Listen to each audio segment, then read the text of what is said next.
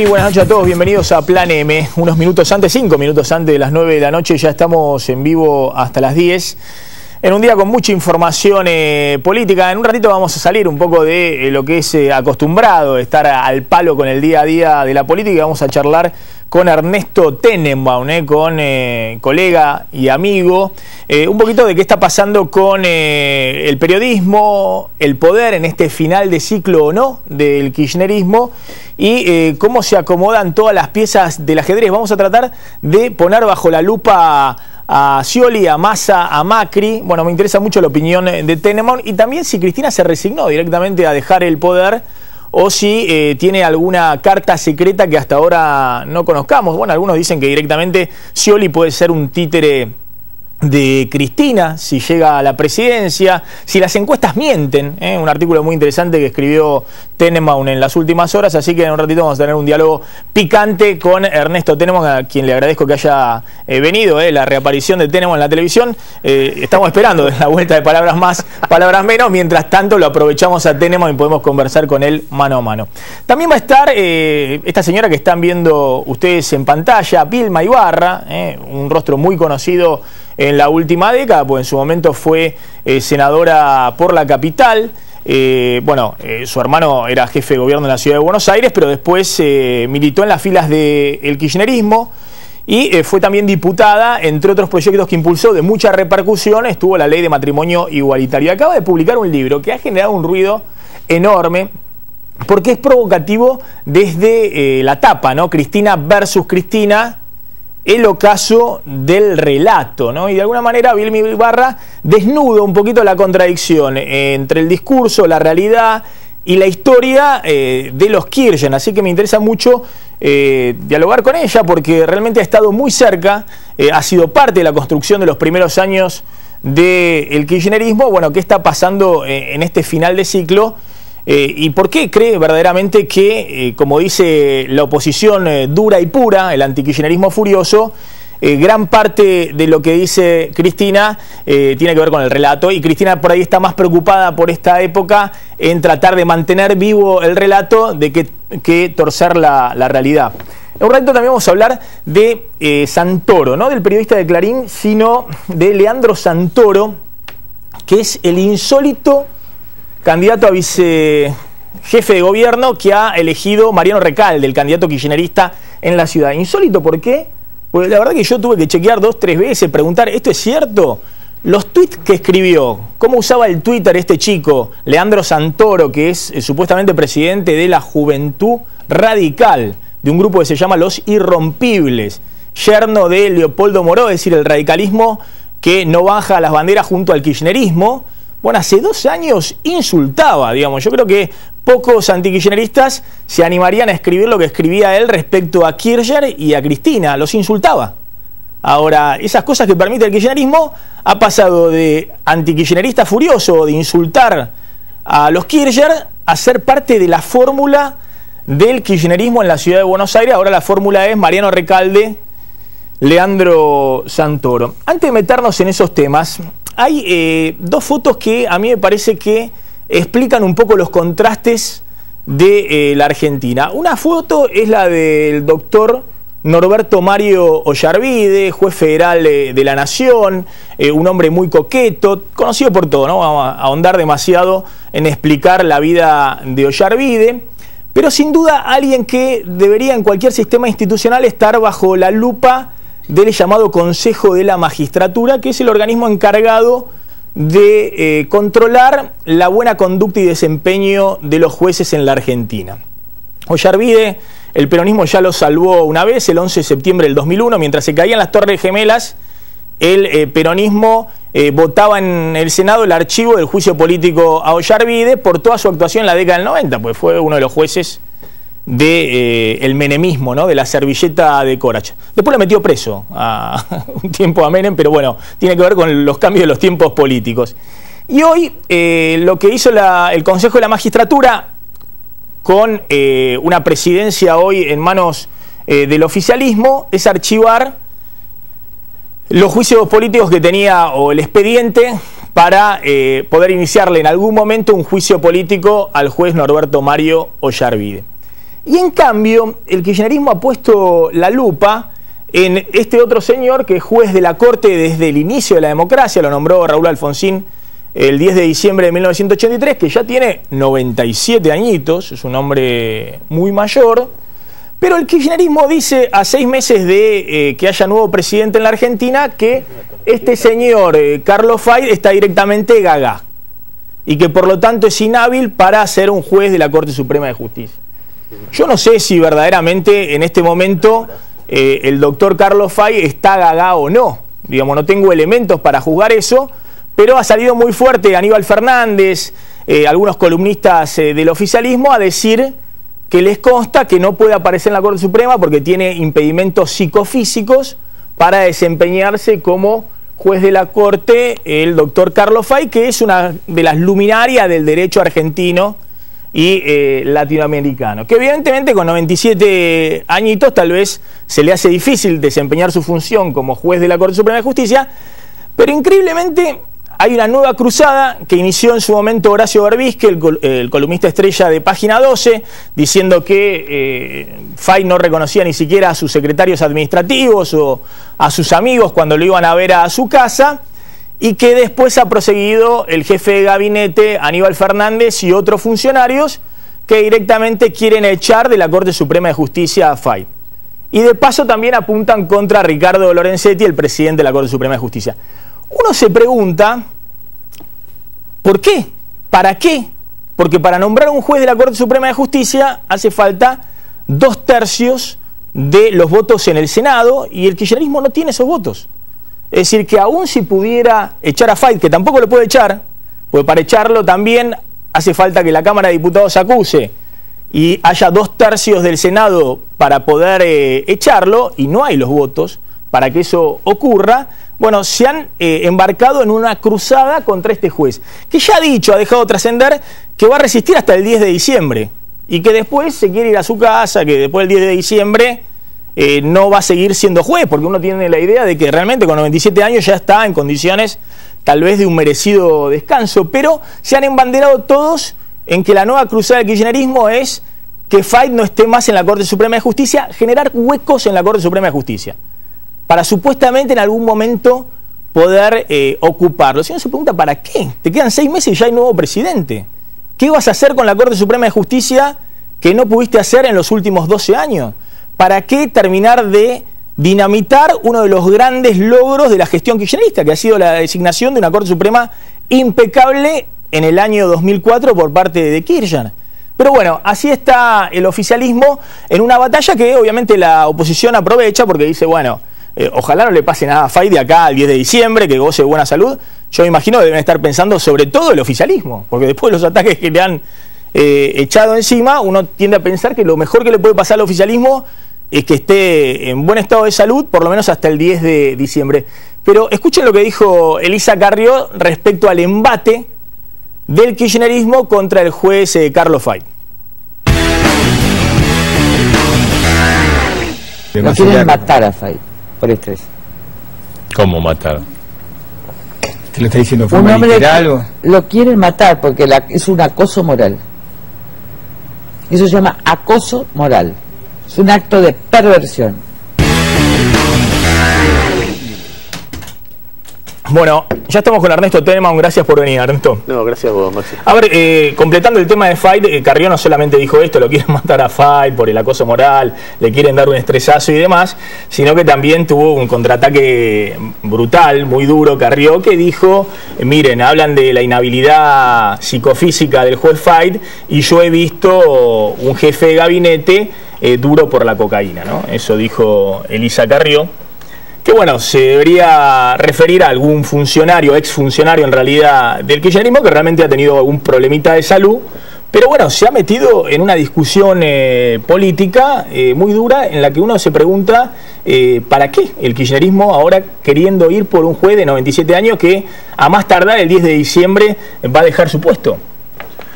Yo no tengo respuesta para eso, me deja igual de perplejo que a vos. Vos sabés que no va a pasar, que salvo que le pase algo a Fay va a seguir ahí hasta el 10 de diciembre, y que lo único que logra el gobierno es despejar alguna duda respecto de su valoración. Si en el mismo día que van contra Fait salvan a Ollarvide, cualquier persona independiente que dice, bueno, ¿qué piensa? ¿Qué modelo de justicia tiene el gobierno? Llega a la conclusión que tiene un modelo de justicia muy parecido al modelo menemista, el gobierno de hoy. Claro, pero es fuerte, ¿no? La foto de un lado la de Ollarvide y la otra del lado la Fait es una persona lo único que pueden decir de Fait es que tiene muchos años. Y además, ¿en qué momento se mide cuando una persona pasa a ser vieja? Es decir, hay personas de 80 y pico de años, como Evo Bonafini, que siguen desde siempre al frente de su institución, acusando de viejo a alguien de 90, o gente de 70 y pico como Berbisky acusando de viejo a alguien de 90.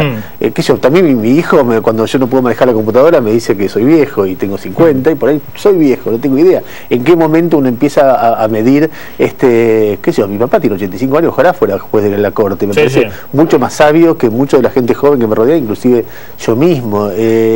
Me impresiona mucho, ¿sabes lo que me impresiona más en el tema Fait? Me impresiona la grosería y me impresionan los silencios. Porque, a ver, esta no es la primera vez. Hace un par de años hubo un acto de justicia legítima a favor de la ley de medios en contra de la Corte en las escalinatas de tribunales. Y uno de los hechos artísticos, supuestamente artísticos, que acompañaba a ese acto, era una imagen de un viejo con una toga, decrépito, que se sonaba los mocos, que era una cosa así, pero de un tan mal gusto, que era una referencia a Fait. Y a mí lo que me impresiona es que juristas, periodistas que lo conocen y que en algún momento jugaron roles muy importantes en Argentina, en algunos momentos de su vida, como Berbisky, como Gil Lavedra, como Zaffaroni, como todo ese mundo, como el fiscal Alagia, como la gente de justicia legítima, como Garrigós de Rebori, vieron eso y en lugar de decir, no, espera, es mi límite, no corresponde, discutamos política, discutamos justicia, discutamos qué tipo de justicia queremos, y eso es totalmente legítimo. Ahora, joder a un tipo porque tiene muchos años y joderlo de esa manera a una persona digna. Hoy Evo Bonafini que dijo que hacen votar a una momia, ¿no? Respecto a que Fait ya no está en condiciones de votar dentro de la Corte Suprema de Justicia.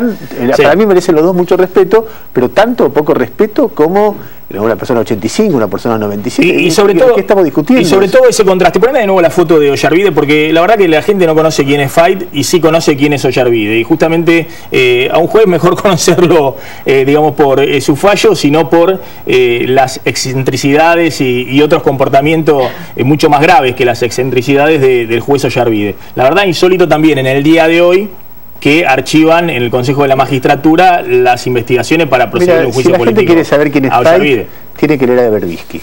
Hay un libro magnífico, los mejores libros que escribió Berbisky, se llama Ser la Corte, que cuenta toda la actuación de la Corte en la época menemista. En la época menemista había una mayoría automática, que son los socios, amigos, cómplices que Menem había designado ahí, y una minoría que resistía casi todas las cosas que la mayoría automática aprobaba. En esa minoría estaba el juez Petraki, por momentos el juez Belucio, y casi siempre el juez Fait.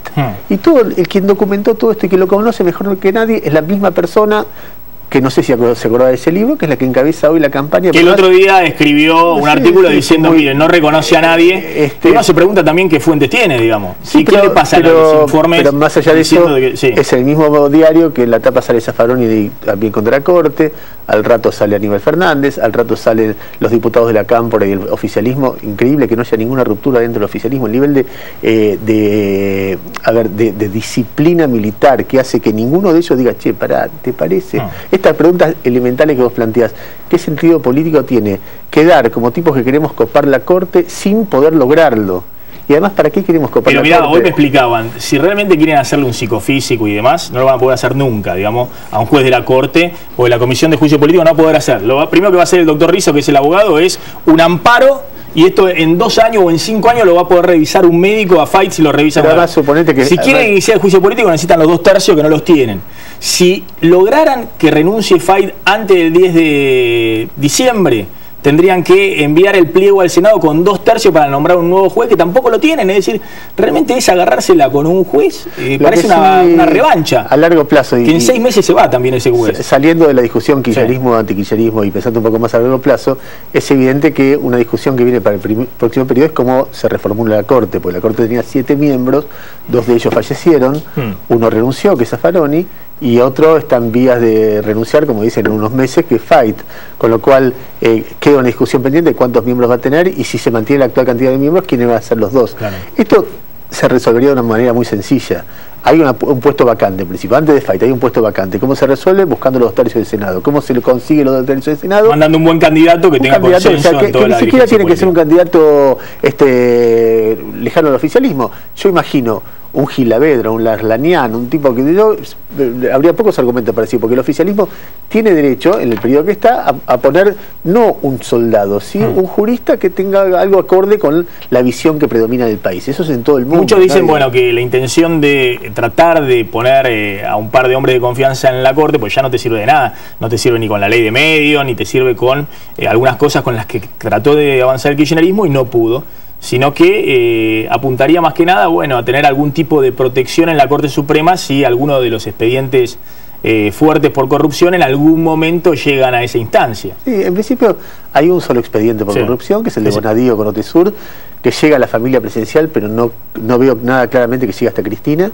Y después hay otros que el gobierno está dejando correr, claramente el de Vudú, da la impresión por la cantidad, hasta un fiscal de justicia legítima en casación, el mismo que bochó la denuncia de Nisman, dijo Vudú corresponde que esté procesado y que no se discuta más y que siga el proceso. Con lo cual da la impresión de que yo no veo qué causa de corrupción les puede preocupar, pero hay veces que buscar la lógica es un poco agotador. No siempre las decisiones de un gobierno, y particularmente este gobierno, tienen lógica. A veces son irracionales, son raptos de furia, la manera en que reacciona el gobierno insultando a Nisman después de muerto. Y decís, ¿qué gana mostrándose tan sucio? Habiendo 2 nenas que acaban de perder al padre, puede discutir el fallo de Nisman, puede discutir el pronunciamiento de Nisman, puede discutir, incluso investigar a Nisman qué pasaba como parte de una causa judicial, pero salir a decirle homosexual, juerguero, chorro, padre abandónico, títere de la embajada, servicio miserable, la cantidad de verdades que se le dijeron a un muerto, y uno mira eso y dice, yo me imagino que hay alguien que debe ser Cristina que está muy furiosa con lo que él hizo y no repara en la situación que él se murió, y salen todos con todo a decirle de todo. Después hay cosas, la conspiración a la que acusa la comunidad judía con una sola prueba, que es un dirigente de la comunidad judía, que se pasó para el kirchnerismo y dijo, yo escuché que una vez dijeron que tenían apoyo de Singer en una reunión. Es la única prueba de la cual saca toda la conclusión para decir hay una conspiración judía para derrocar al gobierno, de Singer y la comunidad judía. Todas esas cosas, hay muchas cosas que después si vos la expandís al análisis económico, vos ves que la búsqueda de la lógica es muy difícil. Uno dice, ¿para qué lo hacen? Y muchas veces es una lógica autodestructiva. A ver, hablemos un poquito hacia adelante, ¿no? Empecemos a hablar un poquito del periodismo, ¿no? Del peronismo, porque parece que todavía hay mucho peronismo por delante, ¿no? Después vamos a poner un poquito bajo la lupa a Massa, a Scioli y también a Macri. Pero ¿qué estás viendo? ¿Cómo queda el periodismo en esa grieta entre la nata a Berbisky 678 después de esta década kirchnerista? Es decir, ¿queda de alguna manera fortalecido para encarar las investigaciones o las informaciones con el próximo gobierno, o ha quedado un periodismo también manchado? No, tiene el gran desafío de salirse de la grieta. Digamos, muchos de nosotros nos pasamos mucho tiempo, algunos más, otros menos, pero se dedicó mucho tiempo a tratar de demostrar que el kirchnerismo es bueno, que el kirchnerismo es malo, que Clarín es bueno, que Clarín es malo, y esa discusión quedó cristalizada, de que ya se convenció de una cosa, se convenció, de que se convenció de la otra, se convenció. Y nosotros, de la realidad de lo que trabajamos, esto pasó, quizá tuvo su lógica, quizá tuvo elementos enfermos y elementos sanos, pero nosotros trabajamos de contar historias, y de contar historias que la gente no conoce, y de tratar de acercar algún tipo de reflexión, y tratar de dar datos que permitan dar un contexto. Nosotros trabajamos de eso, no de demostrar una teoría. Se dio la coyuntura que se dio y esto pasó, pero qué sé yo leo, por ejemplo, el libro de María O'Donnell sobre Born, y ese es el periodismo que me gusta a mí. Y vos lees el libro eso y te permite dar una visión de la década del 70 que seguramente quien no está al día o quien escucha solamente discursos radiales o televisivos, ves eso y es una historia pero magnífica, deslumbrante, bien escrita, etcétera. Entonces yo lo que disfruto, lo que creo que el periodismo no es, es mucho más un entomólogo, un periodista, que un insecto que está dentro de un frasco peleándose con otro. Nosotros es como si un periodista deportivo hablara desde la cancha con la camiseta de River en este ratito, o de Boca. No, el buen periodista deportivo está analizando qué pasa, dándote datos, dándote información histórica, mostrando, te puede contar un partido o hacer algún tipo de pronóstico en base a lo que ve, y el mejor lo hace de la mejor manera, te cuenta la historia heroica de un jugador o la frustración de otro, y te lo cuenta antes que nadie, y nuestro trabajo siempre fue eso.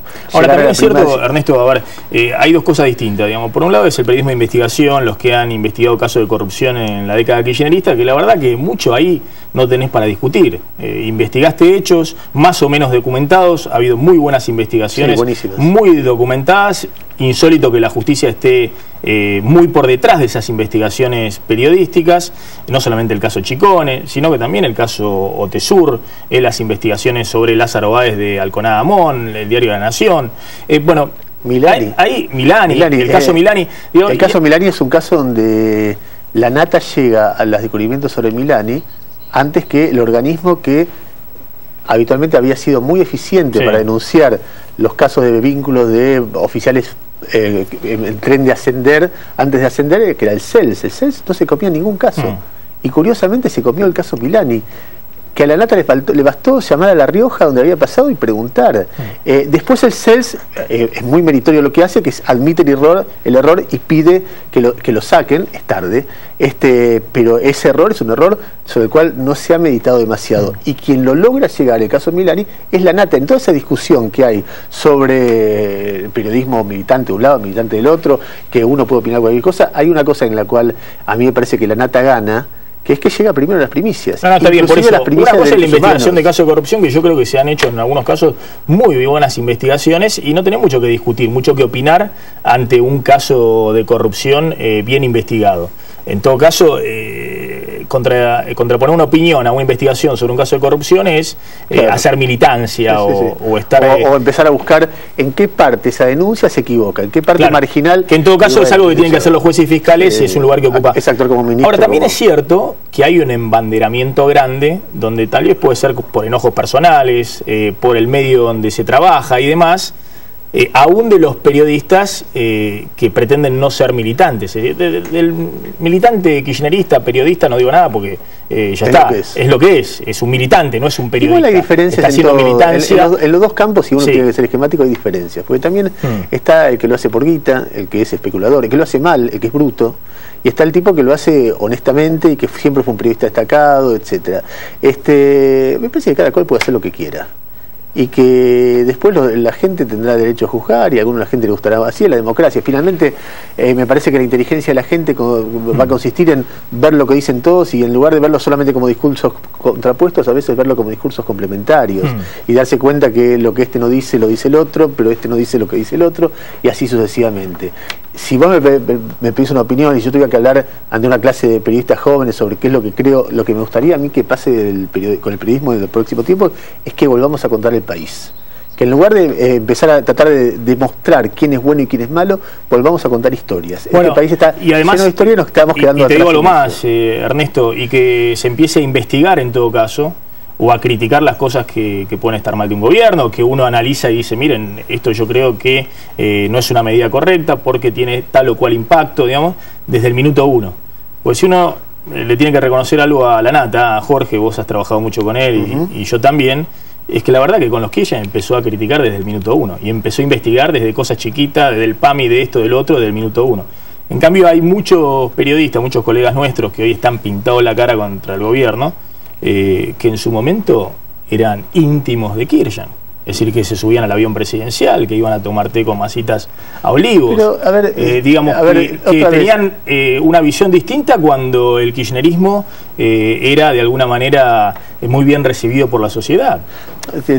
Claramente no es tu caso, no, pero no importa, pero ni del trabajo que ustedes hacían, porque tanto vos como a nosotros nos sacan Jorge, en el primer año, pero exactamente, pero nosotros también nos vuelan del aire, nos vuelan del aire. A ver, ponele que fuera así, ponele que yo hubiera sido kirchnerista en los primeros años, y lo hubiera sido honestamente, o yo o cualquiera, también hay derecho a eso. Y la verdad que en los primeros años del kirchnerismo había... Sí, pero es raro cuando de un lado fuiste kirchnerista y después te pasaste a ser el más furioso. Pero por ahí una cosa explica la otra. Sí. Tanta ilusión explica tanta desilusión. Pero no importa, yo separo quien lo hace honestamente, quien lo hace cuando un gobierno es fuerte me pego y hago negocio, cuando el gobierno está débil, un poquito con lo que hacen los jueces, un poquito lo que hacen los jueces. Entonces lo que uno reconoce a lo largo de los años, por eso nosotros somos amigos y uno conoce a la veintena de periodistas que uno respeta, uno dice, bueno, lo hace honestamente. Después hay otra cosa, que hay algo que está poco explorado, porque este es un país donde todos queremos tener razón, que es el derecho a equivocarse. Uno puede haber sido antikirchnerista y volverse kirchnerista un día que se dio cuenta, kirchnerista y volverse antikirchnerista. Puede ser coherente o puede ser incoherente, si lo hace con honestidad. Qué sé yo, saliendo de la política, yo he leído las obras de Freud, que es una experiencia más fascinantes de mi vida, y el tipo todo el tiempo se criticaba por errores anteriores. Si el tipo hubiera tenido miedo a equivocarse o le hubiera parecido una vergüenza equivocarse, hubiera pensado siempre lo mismo. Después vienen los sacerdotes que dicen lo que este tipo decía era esto y no se mueve más. Pero el tipo se movía todo el tiempo, y yo respeto a los tipos que buscan el matiz, se equivocan, admiten haberse equivocado. Ahora, no la especulación. Y me parece que, y la verdad que si yo tengo que hacer una síntesis, lo que yo veo del periodismo en general, yo veo un coro muy polifónico, por momentos cacofónico, con un ruido raro, pero que de mucha gente apasionada que defiende posiciones en las que cree. A ver, para dar dos extremos. Obviamente entre Víctor Hugo y la Nata yo estoy mucho más cerca de la Nata. Después tengo disidencias como tengo conmigo mismo. Ahora, los que siguen a la Nata, muchos dicen Víctor Hugo lo hace por guita, y los que siguen a Víctor Hugo dicen la Nata lo hace por guita, y yo no tengo duda de que la Nata y Víctor Hugo vienen ganando plata hace mucho, pero son muy capaces, y que si estuvieran en posiciones inversas también ganarían. Con lo cual, me parece, tiendo a pensar que las posiciones que eligen, la eligen por convicción. Después ganan porque ganan guita, porque son tipos muy escuchados y muy talentosos, pero y creo que muchos de los que discutimos, y discutimos así enérgicamente en todos estos años, lo hacemos por convicción, y que en algún lugar eso le da mucha vitalidad a nuestra profesión. Y creo que los tipos que nos sigan van a decir, yo no quiero ser como este, no quiero ser como el otro. Pero esa pasión empieza a haber una generación de y es lo que jóvenes. No entienden en general muchos de los políticos, sin duda Néstor y Cristina les ha pasado eso, la idea de siempre un periodista termina siendo un títere o del poder político o del poder económico, y lo que no entienden también muchos empresarios, muchos dueños de medio que no terminan de entender que el periodista puede tener voz propia más allá del medio de comunicación en el que trabaja. Ernesto, hablemos un poquito de la política, ya vamos a hablar también en un ratito con Pedrini y con Tonelli, diputado del PRO y diputado del Frente para la Victoria. Pedrini ha pedido, ha mandado un proyecto de ley, Pedrini mandó un proyecto de ley para ¿qué hacer con el juez Fait? ¿Quieren desplazarlo al juez Fait? ¿Con un proyecto de ley? No. ¿Qué hizo usted con el proyecto de ley? No, simplemente no hay ningún proyecto de ley. Sí, como ciudadano estoy preocupado, quisiera que la Corte explique lo que está sucediendo. ¿Pero qué quiere? ¿Mandarle un médico personal a casa que lo revise? No, en absoluto. Creo que es una Corte que tendría que tener 5 miembros, aparentemente funciona con 3. Creo que la Corte es la que tiene que dar las explicaciones de estas irregularidades. De ninguna manera pedimos ni juicio político ni nada. Como ciudadano estamos preocupados por lo que está sucediendo en estos momentos en la Corte Suprema de Justicia de la Nación. Bueno, ahora me va a contar bien, porque usted estuvo acá hace algunos meses y me dijo que había un golpe de Estado en marcha encabezado por el general Lorenzetti. No, golpe blando. Bueno, me dijo que había un golpe contra el gobierno encabezado por el general Lorenzetti, que es el doctor Lorenzetti y el presidente de la Corte. Muy bien. Así que quiero saber qué quiere hacerle al doctor Fay. Lo quiero poner en camiseta para que lo revise un médico y después sacarlo de la Corte. De ninguna manera. Bueno, pues vamos bien, por lo menos si no lo quieren poner en camiseta para que lo revisen. Ernesto, pongamos un poquito en la lupa a los políticos que vienen. Yo digo, todo lo que está pasando en estos días con la economía y con el poder económico y en buena medida con los sindicatos no tiene que ver tanto con señales a Cristina, sino a los que vienen, ¿no? Por ejemplo, los sindicatos esta semana avisando que miren, si van a hacer un ajuste, que muchos creen que algún ajuste va a haber en la economía, o porque va a subir el dólar, o porque hay que desacelerar la inflación, o porque hay que abrir el cepo, o porque hay que recortar subsidios y va a haber un tarifazo en ciertos sectores del área metropolitana, los sindicatos han dicho, no vamos a hacer nosotros lo que vamos a pagar ese ajuste. Entonces no hay techo para los salarios que esté por debajo del aumento de los precios, ¿no? Y fue un aviso más que a Cristina, que en 6 meses hay nuevo presidente, al que viene, ¿no? ¿Cómo ves a los que vienen? Scioli, Macri, Massa. Escribiste un artículo sobre si las encuestas mentían o no. Hoy las encuestas están mostrando a Scioli en primer lugar y ahí cerca Macri y en tercer lugar Massa, ¿o me equivoco? A ver, déjame decirte primero una cosa general. Hay algo que cuando discutimos qué va a pasar en el futuro, nosotros que somos un poco viejos ya, me parece que tenemos la obligación de destacar. Está pasando algo que es muy importante en la Argentina, que se está produciendo una transición democrática de nuevo. Lo más importante que está pasando este año políticamente, más allá de quien gane, más allá de los problemas económicos que tiene, es que desde 1983 vamos a cumplir 32 años de democracia este año, y te diría que va a haber un presidente que no se llame Kirchner por primera vez en 12 años, eso no se trata. Va a haber otros equipos, otra visión del mundo, de la economía, de los enemigos y los amigos, todo eso está cambiando. Entonces, lo que estamos viendo en los próximos 6 meses, vamos a ver muchas elecciones, PASO, elecciones provinciales, elecciones municipales, elecciones nacionales, pero lo más importante, porque uno es como, viste, ese personaje de Molière que escribía en prosa sin darse cuenta, o hablaba en prosa sin darse cuenta, entonces ya se olvidó que en una época no votábamos. Y yo tiendo a pensar que, como decía Alfonsín, con la democracia se come, se cura y se educa. Lo que pasa es que no es tan rápido como decía Alfonsín.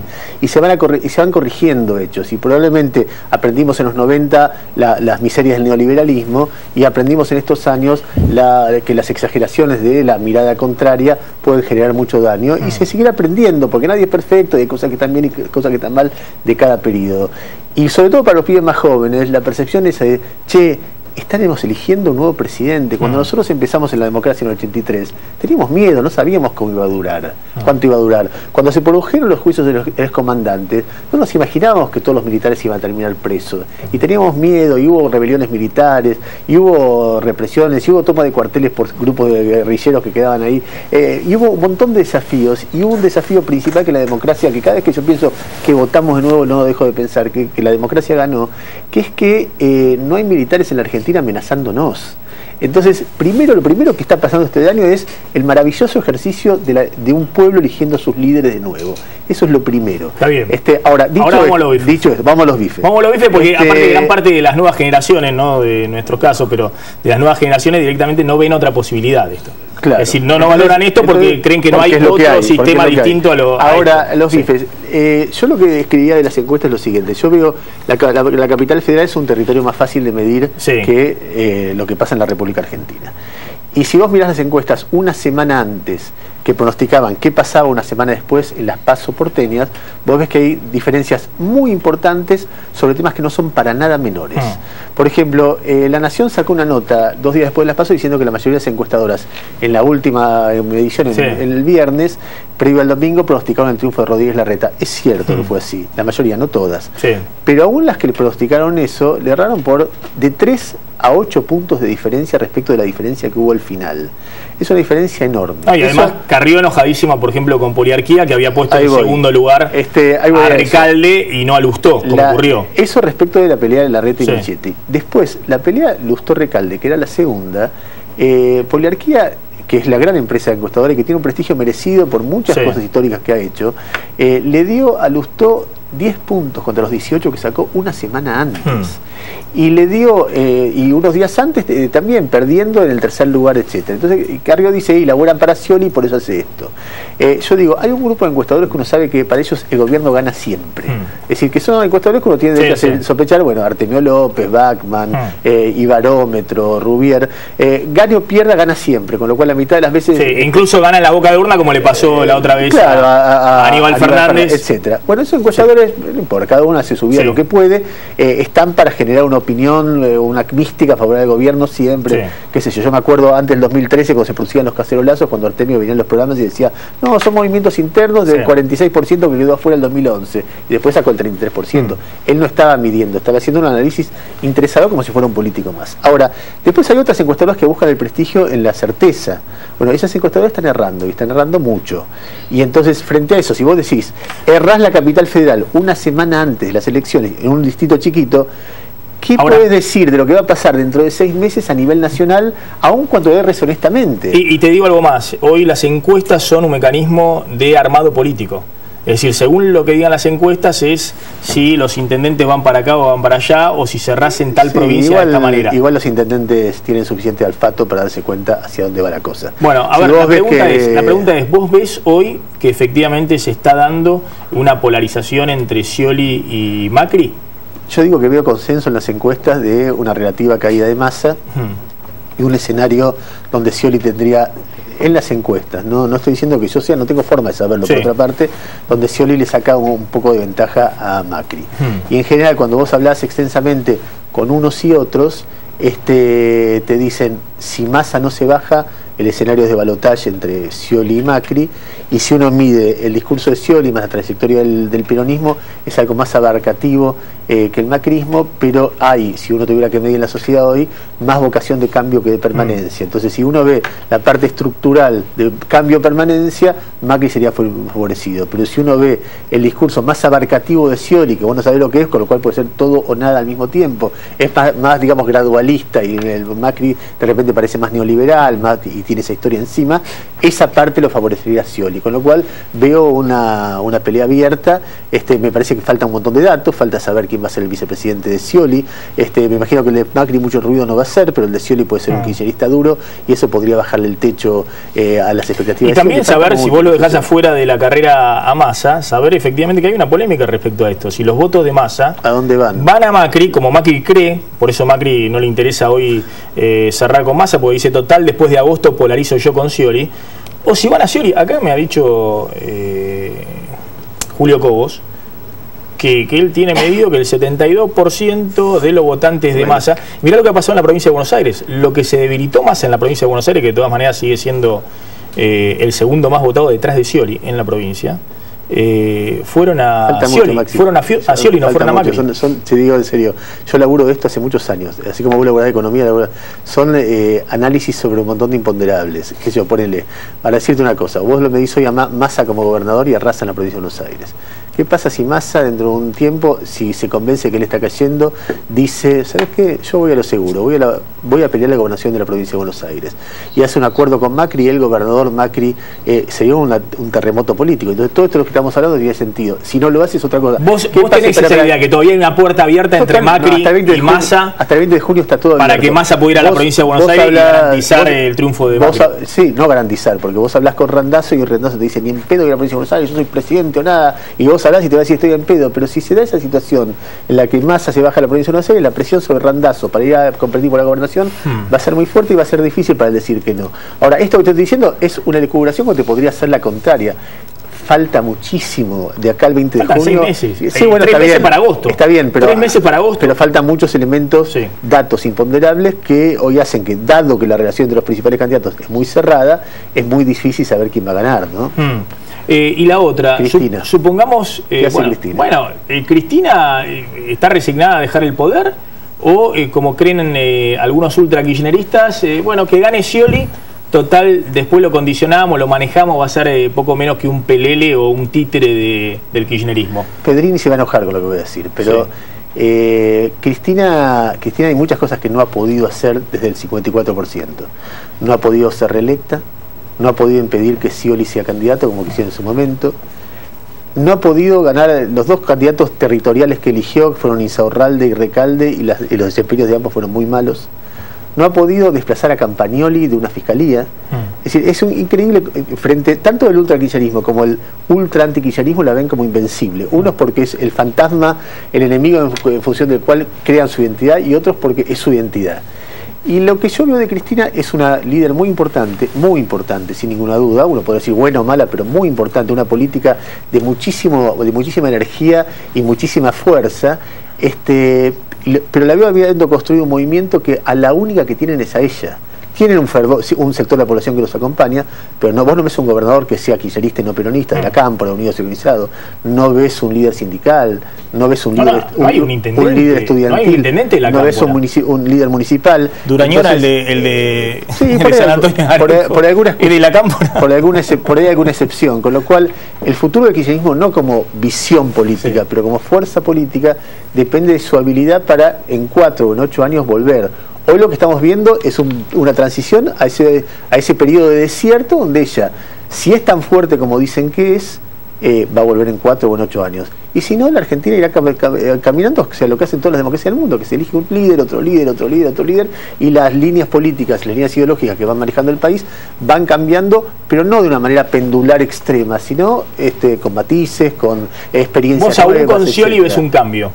desde el punto de vista del manejo del poder. Pero claro, y el final de un ciclo que es el ciclo kirchnerista. Con Scioli, la relación con Cristina, para empezar, ya hay una pelea por el 2019 sobre si va Cristina o va Scioli, que puede ser reelecto. Claro. No, Scioli se impuso a pesar de Cristina. Hoy Cristina, hace un gesto de debilidad Cristina de decir no tengo favorito, digamos. Significa que no ha podido, podido hacer lo que hizo Lula con Dilma, no ha podido hacer lo que hizo Macri con Rodríguez Larreta, que venía de atrás, no ha podido hacer lo que hizo Wiener con Bonfatti, que venía de atrás de Giustiniani. Hay muchos casos líderes que eligen a delfines que vienen de atrás. Y ella prefirió no jugársela y aceptar rendirse frente a la realidad en la cual Scioli aparece como el candidato favorito que ella no quería.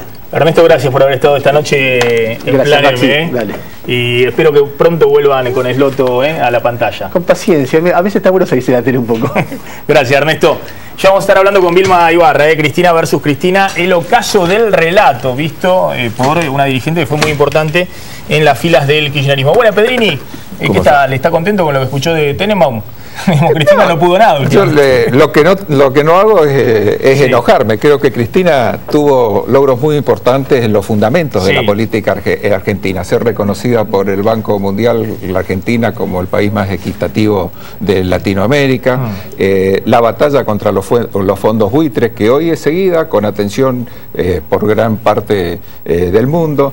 El logro de los ferrocarriles este año, la nacionalización de YPF, creo que son los logros importantes para la sociedad, no tanto quién es el candidato, quién no más allá de los logros de Cristina, que quedarán o no en la historia, está también Pablo Tonelli, diputado del PRO. ¿Qué quieren hacer con Fight? ¿Lo quieren sacar directamente de la Corte? Con Fight quedan 6 meses, no quieren dejar que se jubile dentro de 6 meses. Cuando le parezca.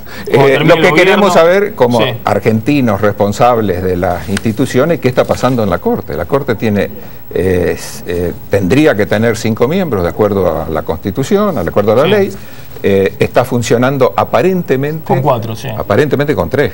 Hay una persona que no sabemos, o al menos no concurre.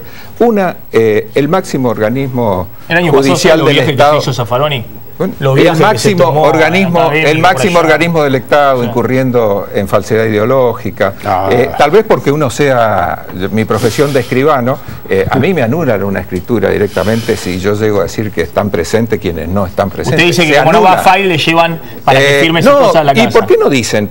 ¿Cómo la Corte Suprema de Justicia de la Nación va a incurrir en semejante falsedad ideológica, decir que están reunidos en acuerdo los ministros de la Corte y no están?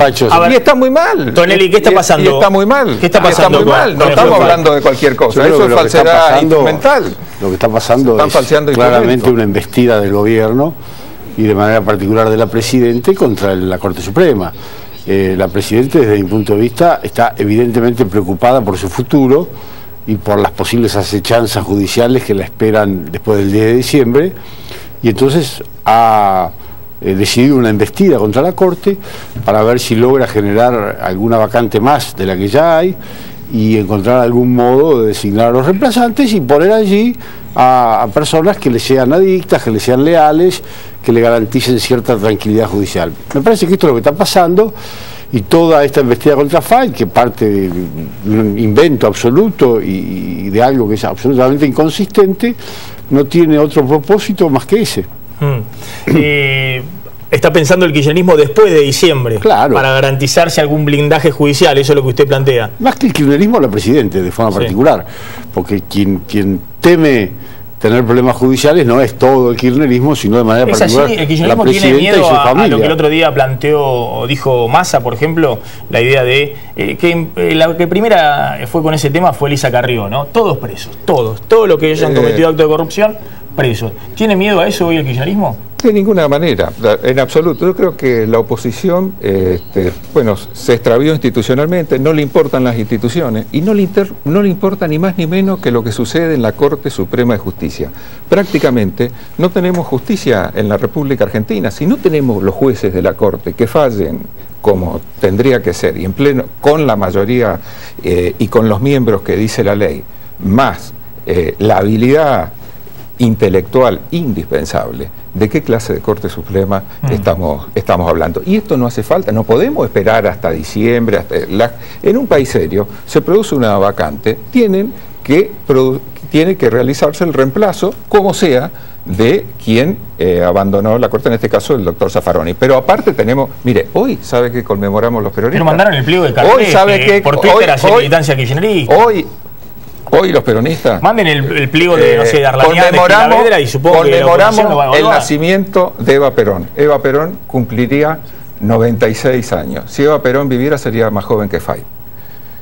Sería más joven que Fay. Pero nadie la cuestionaría porque estaría impecable hablando de política. No, pero nadie... si viviera San Martín sería más viejo. No, es que no sabemos cómo está Fay. Ese es todo el problema. A usted le parece una cuestión menor que se falseen los instrumentos de la Corte, a mí la verdad que no. No se falseó nada. ¿Sí? ¿Cómo que no se falseó? Entonces cuando la presidenta firma decretos en Olivos, ¿hay falsedad ideológica? No. ¿Cómo no? Si el decreto arriba dice Buenos Aires y la presidenta lo firma en Olivos, ¿eso no es falsedad ideológica? La presidenta firma donde tiene que firmar, que es en la Casa Rosada. No. Sabemos todos que no, que la presidenta firma en Olivos más que en la Casa Rosada. ¿Por qué descalifica a la presidenta? No la descalifico. De ninguna manera. Bueno, tenemos una designación de un presidente adelantada. Se supone que los republicanos no es bueno la... ¿Ustedes cuándo quieren que se designen los miembros de la Corte Suprema? Se lo designó con 8 meses de anticipación. En este momento hay una sola vacante y nosotros aspiramos a que esa vacante la cubra el próximo presidente. Nos parece que es lo más sano, lo más republicano y lo más saludable para la República. Nosotros resulta que nos queremos adelantar, ellos quieren esperar 6 meses. Ahora Lorenzetti se adelantó 8 meses en la designación y nadie le dice absolutamente para ser reelecto presidente. Para ser reelecto presidente con un acta fraguada. Bueno, mire, realmente el tema de la elección anticipada de Lorenzetti, a los republicanos no les importa. Forma parte de un procedimiento interno de la Corte Suprema respecto al cual los otros poderes no tienen que opinar. Es como si alguien dijera que porque esta semana, el martes, se cambió la presidenta de la Comisión de Juicio Político con 8 meses de anticipación, es porque el kirchnerismo está violando no sé qué cosa. Forma parte de un procedimiento interno del Congreso. El expediente de Ollarví, del doctor Norberto Mario Ollarví. ¿A usted le parece? Uno pone la foto de Ollarví de un lado y Fay del otro y uno dice... No. Ollarví, si cometió irregularidades, tiene que pagar por ellas. ¿No te le parece que es un buen juez, más allá de si cometió irregularidades? Por ahí fue impecable. Nunca tocó un peso ajeno. Pero no goza de mi simpatía ni respeto. Ese es otro problema. Pero yo no estoy en el Consejo de la Magistratura. Ahora, eso no tiene nada que ver con que se designe con anticipación a un presidente de la Corte Suprema de Justicia con un acta falsa, de falsedad ideológica absoluta. No podemos caer en estas cuestiones, y menos con 8 meses de anticipación. Pedrini, gracias. Tonelli, gracias. Vamos a una tanda muy cortita y cuando volvamos, este libro, Cristina versus Cristina, Vilma Ibarra, el ocaso del relato, un libro que está haciendo muchísimo ruido, y le vamos a preguntar a Vilma Ibarra por qué habla de que se terminó el relato. Ya volvemos, no te vayas.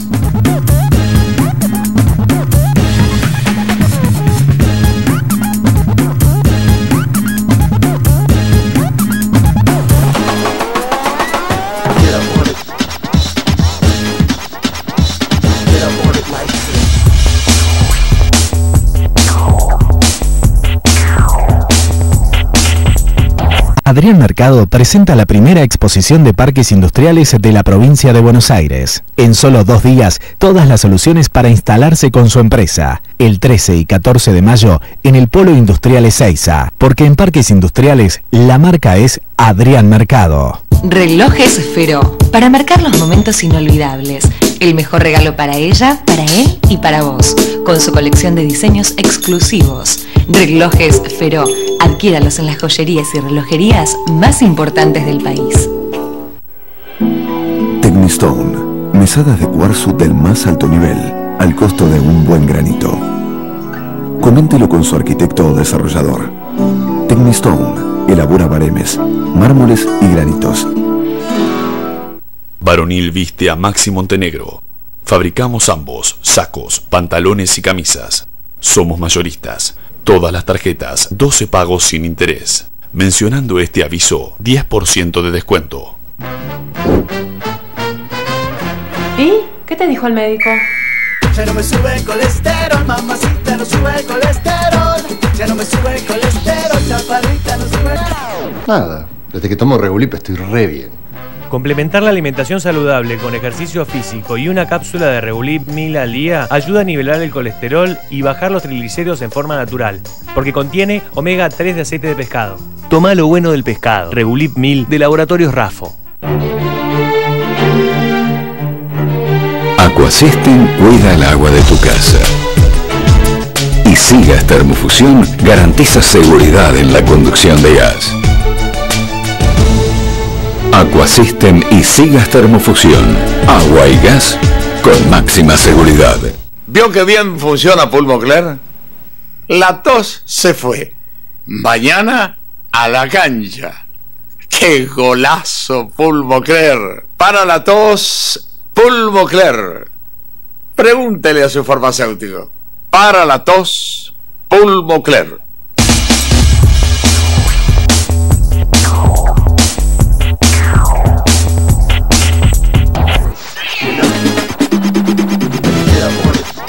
Bien, ya estamos con Vilma Ibarra, ex senadora por la Ciudad de Buenos Aires, ex diputada también, bajo los gobiernos del kirchnerismo. Senadora no, en el 2001, ¿no?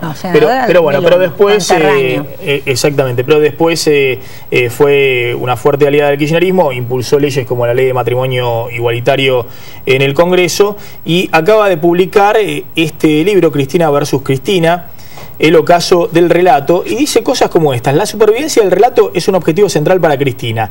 Ella cree que de ello depende el lugar que ocupará en la historia y también la posibilidad de conservar importantes cuotas de poder para condicionar a futuros gobiernos. Necesita que pueda sobrevivir un espacio político relevante en el escenario nacional que la siga teniendo como referente. Por eso su esfuerzo hasta el final del mandato estará destinado a salvar el relato. Ahora te voy a preguntar, digamos, cuándo vos hiciste el quiebre, digamos, ¿no? Porque hasta el 2011 fuiste diputada del kirchnerismo. Sí, a ver, ¿hubo un momento que hiciste el quiebre, digamos? No, yo creo que... De que procesaste una crítica donde dijiste lo que ves de positivo en el kirchnerismo ya es menos de lo que pones en el otro platillo. Yo entré con Terraño en su momento, en el 2001, y la verdad que acompañé con mucho entusiasmo el gobierno de Néstor Kirchner. Yo creo que fue un excelente gobierno, con sus más y sus menos, pero ha sido un muy buen gobierno y después creo que el gobierno de Cristina tuvo más luces y sombras y tuvo cosas muy positivas a mi juicio y ha sido muy valioso, qué sé yo, la asignación universal por hijos, estatización del SFJP, fondos de jubilación y pensión y muchas de las medidas de Cristina. Creo que hemos tenido un enorme retroceso en otras cosas, sobre todo en materia de cultura política y en la capacidad de sostener la palabra. Yo creo que si hay algo que el gobierno de Cristina, mucho más que el de Néstor, retrocedió fue en la capacidad de debate y discusión. La política. ¿Por qué decís en la cultura política? Porque el kirchnerismo se vanagloria de que este es el momento de máxima discusión política, yo creo que era de que ellos recuperaron la política. Mira, lo que decía recién Ernesto, ¿no? Esta posibilidad de decir, no, bueno, esto no era así. Nosotros, si había algo que se defendía, era que la persona sospechada de corrupción se apartaba del gobierno. Esto lo decía Cristina, aquí está, cuando discutía, por ejemplo, y le pedía la renuncia a, ¿te acordás? A Camilión por el tema de las armas. Mira, se lo dice con todas las letras, Cristina. Camilión, decía, ministro de Defensa de Menem. Ministro de Defensa de Menem, que había estado involucrado en la venta de armas a Ecuador. Y allí Cristina le dice, mire, ministro, usted tiene que renunciar. Dice, usted tiene responsabilidad política. Mire, de la responsabilidad penal se ocupan los jueces. Pero los argentinos no nos merecemos que usted sea ministro sospechado de las peores cosas que lo están imputando. Y dice, los argentinos no podemos tener un ministro como usted. Usted apártese y deje que la función pública la cumpla gente proba. Bueno, cuando aparece Milani, ¿qué pasa en la Argentina? Que salen a decir, bueno, no tiene ninguna sentencia, hasta que no tenga sentencia, Milani se queda... Investigado por la desaparición de un soldado en Tucumán y además por enriquecimiento ilícito. Es decir, el tema económico, enriquecimiento ilícito, lo de menos. Por víctimas, claro. Además. Digamos, entonces ahí vos decís, ¿qué empieza a pasar? Yo te digo, más que contra el relato, de alguna manera, lo que yo pongo en debate, y ahora que yo estoy, además... alejada de la compulsa electoral, yo no soy candidata, yo no estoy peleando en la compulsa electoral, ya pudiendo reflexionar sobre estas cosas, lo que yo planteo es discutir esto. Más que el relato es la ética del relato. ¿Qué crees que lleva a ese quiebre? Digamos, por ejemplo, el caso en su momento Felisa Micheli, cuando el fiscal Marijuán le pide el procesamiento, no lo procesa un juez, Néstor Laparta. Kirchner Laparta del gobierno era ministra de Economía, eso fue a finales del 2006. Sí, bueno, también había pasado con el tema de la valija de coso con Antonini Wilson.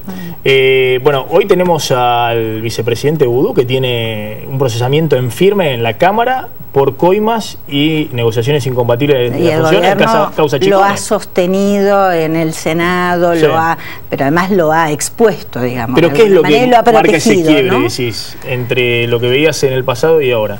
Yo tengo la impresión de que hubo un cambio muy fuerte a partir de la crisis con el campo, que Cristina se sintió amenazada allí y decidió consolidar fuertemente un espacio muy duro, muy propio, y creo que además la muerte de Néstor después, que fue un momento durísimo de ella, la coloca en una situación donde empieza a valorizar, consolidar poder y no dejar flancos.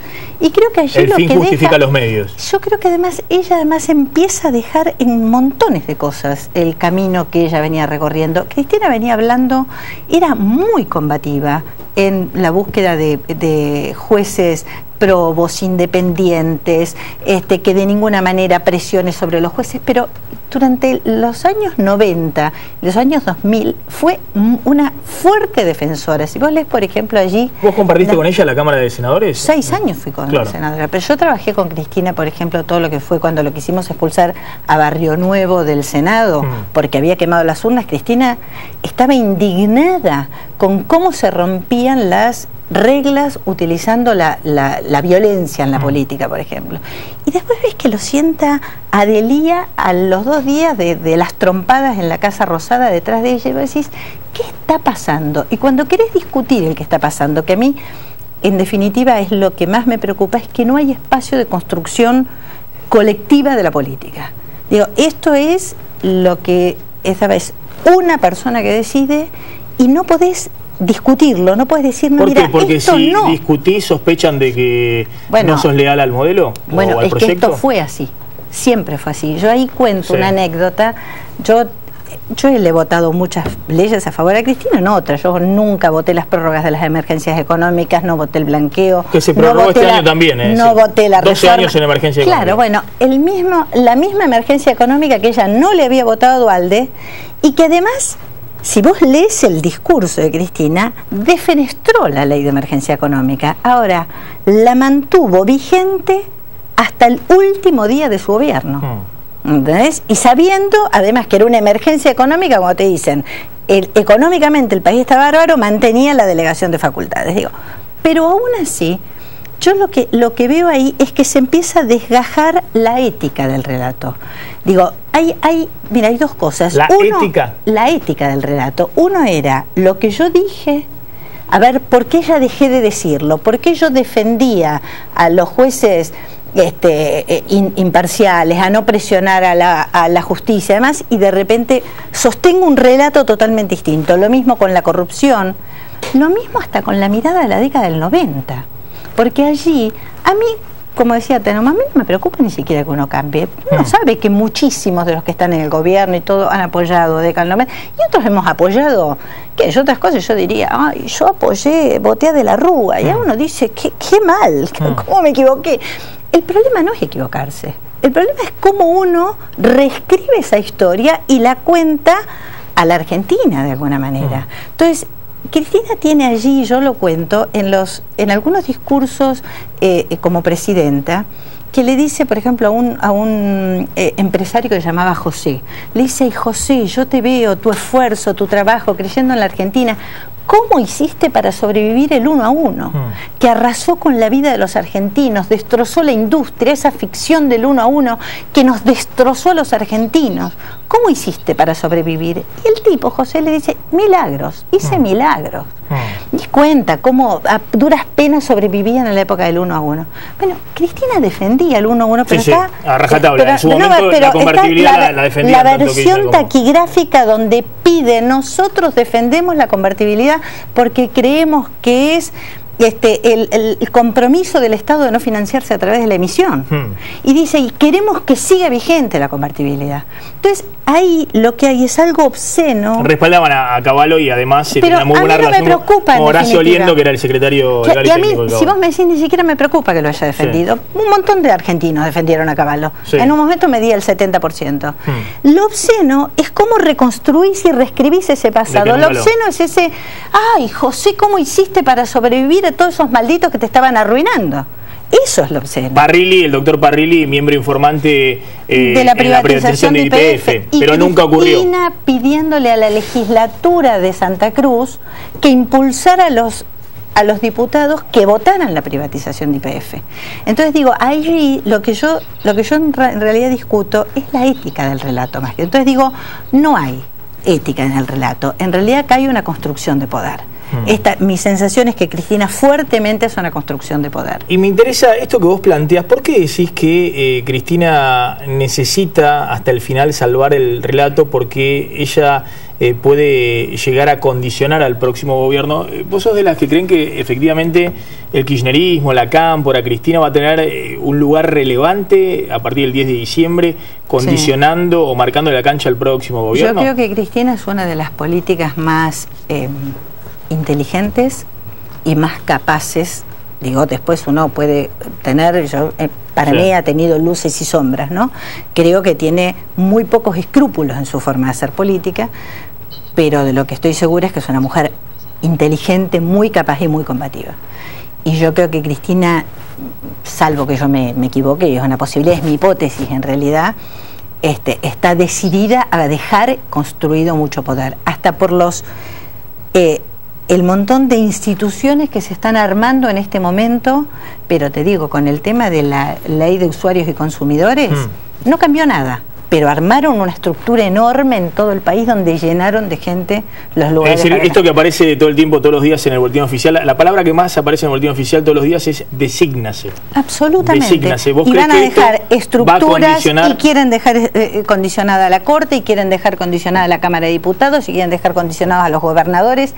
El retroceso en materia de federalismo que hemos tenido, con la capacidad autónoma de decisión de las provincias, es enorme. Enorme.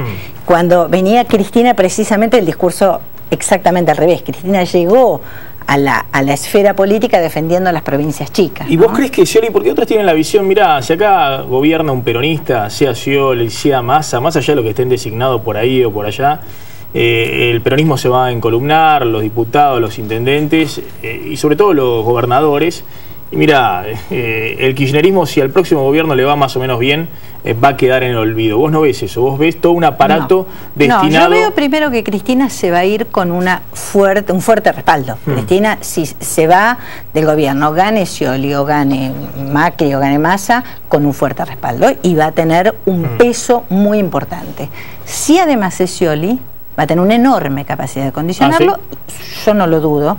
Y además Scioli también, yo personalmente creo que Scioli va a ser Cristina, pero lo dice él, digo, no lo digo yo, y creo que lo ha hecho y la ha sostenido y ha sido una herramienta muy importante del proceso de la construcción de que, más allá de que para Cristina sea el hijo no querido, pero está allí, y yo creo que sí, que va a ser, y que Cristina tiene todo el objetivo de tener un rol importante en estos años. Ahí está, Vilma Ibarra, Cristina versus Cristina, editorial Planeta, El ocaso del relato, un libro muy sabroso y muy polémico. Muy polémico, que seguramente va a estar dentro de los libros prohibidos del kirchnerismo. No, y vos sabés que además está muy ¿Tuviste algún citado. diálogo con Cristina después de que te fuiste y que rompiste lazos con el kirchnerismo? No, yo me fui ya con muchas críticas. No, yo la última vez que... ¿Ya te consideraron una traidora cuando ya te estaba yendo? Ya te diría que cuando puse a discutir la ley de matrimonio igualitario, ya se enojaron cuando lo presenté, la ley de matrimonio igualitario. ¿Te llaman traidora?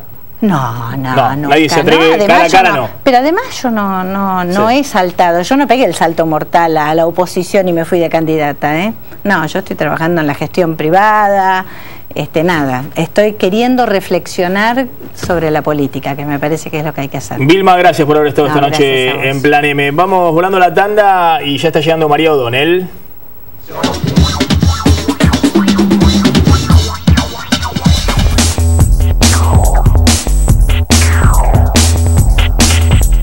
¿Vio que bien funciona Pulmocler?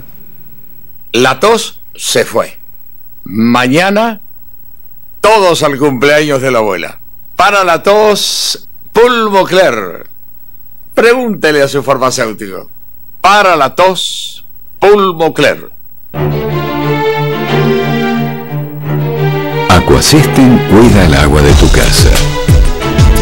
Y Sigas Termofusión garantiza seguridad en la conducción de gas. Aquasystem y Sigas Termofusión. Agua y gas con máxima seguridad. Pasión. La que sintió Edmundo Navarro Correas cuando vio por primera vez esa tierra. La misma que lo llevó a imaginar un vino y trabajar hasta perfeccionarlo. A darle una segunda mirada y encontrar una presentación única. A seleccionar los mejores artistas hasta crear su colección privada.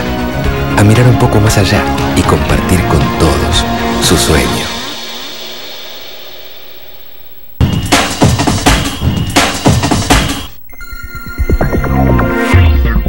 En mayo, vení a Hipermayorista Macro y aprovechá cientos de ofertas todos los días. Llegaron los precios ganadores para que ganes mucho, pero mucho más. Esta semana no te podés perder. Queso cremoso Barraza a solo 50 pesos con 20 el kilo. Amargo Terma a solo 11 pesos con 92 la unidad. Vení a hacer buenos negocios. Vení a Hipermayorista Macro. En La Matanza conectamos a más de 1 millón de vecinos a la red de agua potable. ¿No te parece un buen motivo para festejar? Vení a inaugurar nuestra plaza en honor al esfuerzo que todos hicimos para lograr este hecho histórico. El viernes 8 de mayo te esperamos con juegos y actividades en la Plaza General San Martín desde las 10 de la mañana y a partir de las 19 no te pierdas un show increíble con Los Totora y Luciano Alpirri. Intendencia Fernando Espinosa, Municipio de La Matanza.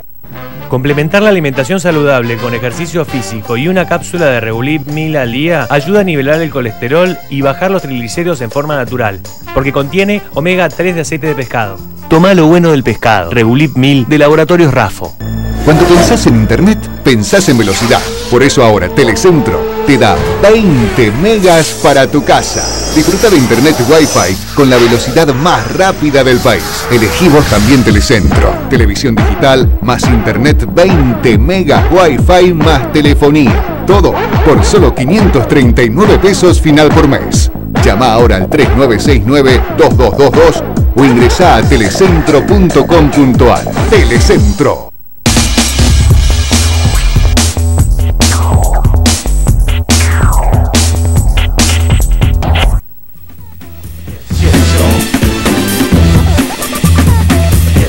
Quédense con María O'Donnell, que ya llega al aire de Canal 26 con sus 50 minutos. Nosotros nos reencontramos como siempre mañana a las 9 de la noche aquí con Plan M, Noche de Picada con Periodistas. Chau, pásenla bien.